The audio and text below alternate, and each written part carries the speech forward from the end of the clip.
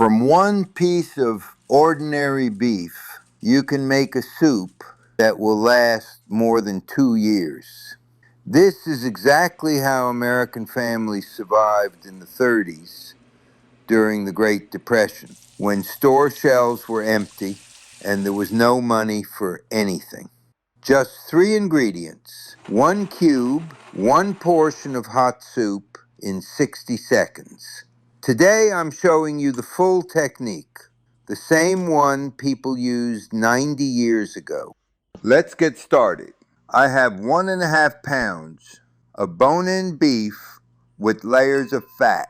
Why this cut specifically? Because we need the fat and the bone. Fat means calories and flavor. The bone is a concentrate of minerals and collagen. That collagen is exactly what makes our frozen cube dense and firm. It holds its shape and doesn't fall apart. Expensive lean cuts are useless here. People during the Depression knew this. Cheap bone-in meat is the most nutritious cut you can get. Heat, maximum. We need a crust. It seals the juices inside and gives the broth a deep, dark color. Skip this step and your cubes will be pale and bland. While the meat is working on the heat, I'm cutting 2 onions and a carrot into large chunks. Large because everything is going into the blender later. Onion is a natural flavor enhancer. It gives the soup that deep, rich taste. Carrot adds sweetness and color, plus beta-carotene, which matters when food is limited. Tell me in the comments, have you ever stored food long term? I'm genuinely curious how many people here are actually preparing.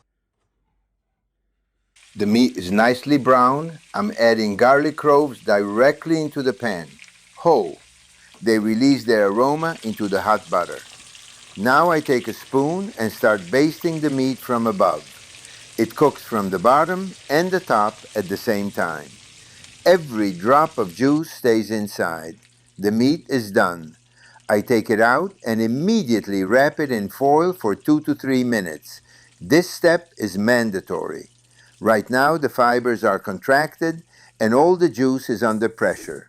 The foil creates a steam bath. The fibers relax and the juice redistributes evenly. We are not washing the pan. Right now it holds meat juice, aromatic butter, and caramelized bits from the bottom. That is pure flavor. I pour the onion and carrot straight in. I unwrap the meat and cut it into small chunks. They're going into the blender with the vegetables. Why beef and not pork?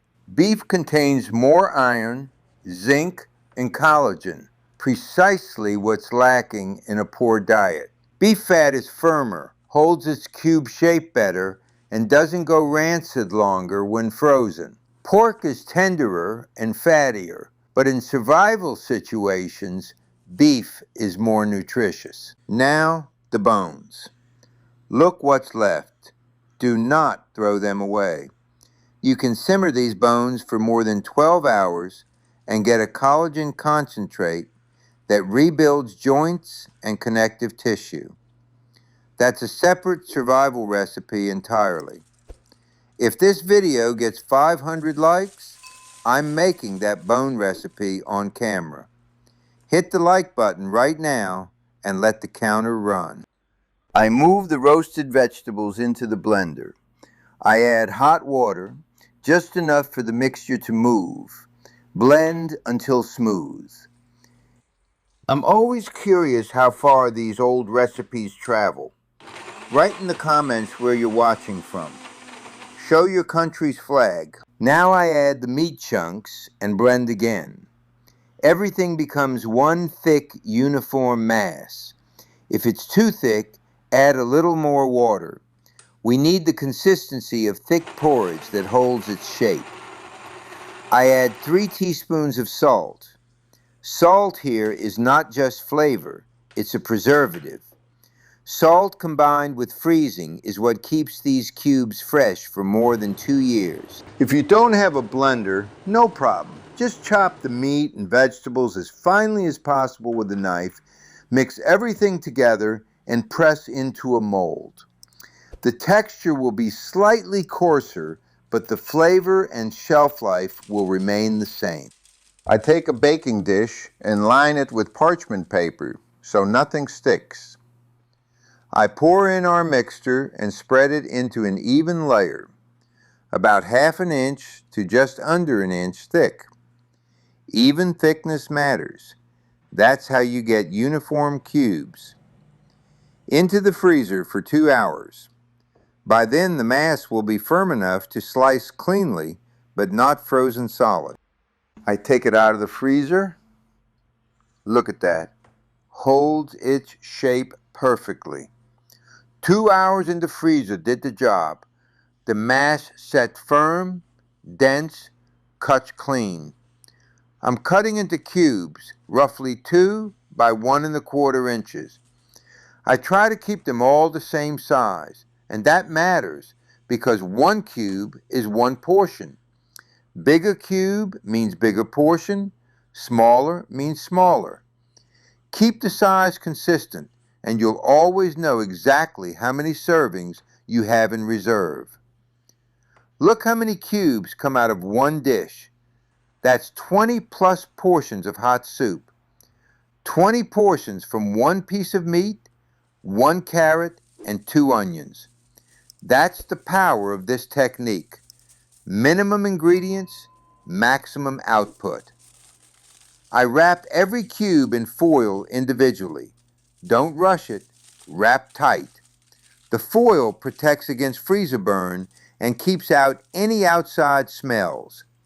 6 months from now, when you pull a cube out of the freezer, it should smell like beef, not like everything else sitting in there with it. 1 cube contains roughly 170 to 200 calories. Beef, butter, vegetables, plus animal protein, collagen, and natural fats. Not empty calories.